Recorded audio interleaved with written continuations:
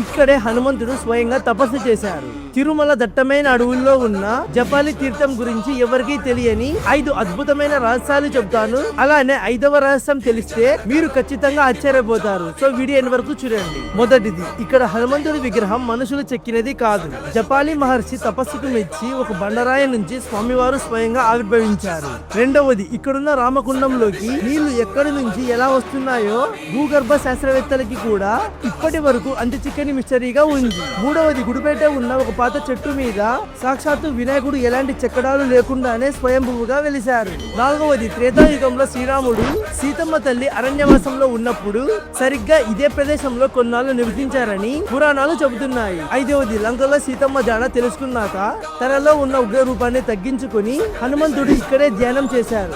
అందుకే ఇక్కడ అడుగు పెడితే ఎంతటి నెగటివ్ ఎనర్జీ అయినా మాయమైపోతుంది. ఈ ఆలయానికి మీరు వెళ్ళాలి అని అనుకుంటే కామెంట్ సెక్షన్ లో వెంటనే జై శ్రీరామ్ అని టైప్ చేయండి. అలానే ఇలాంటి ఇంట్రెస్టింగ్ వీడియోస్ కోసం మన పేజ్ ని ఫాలో చేయండి.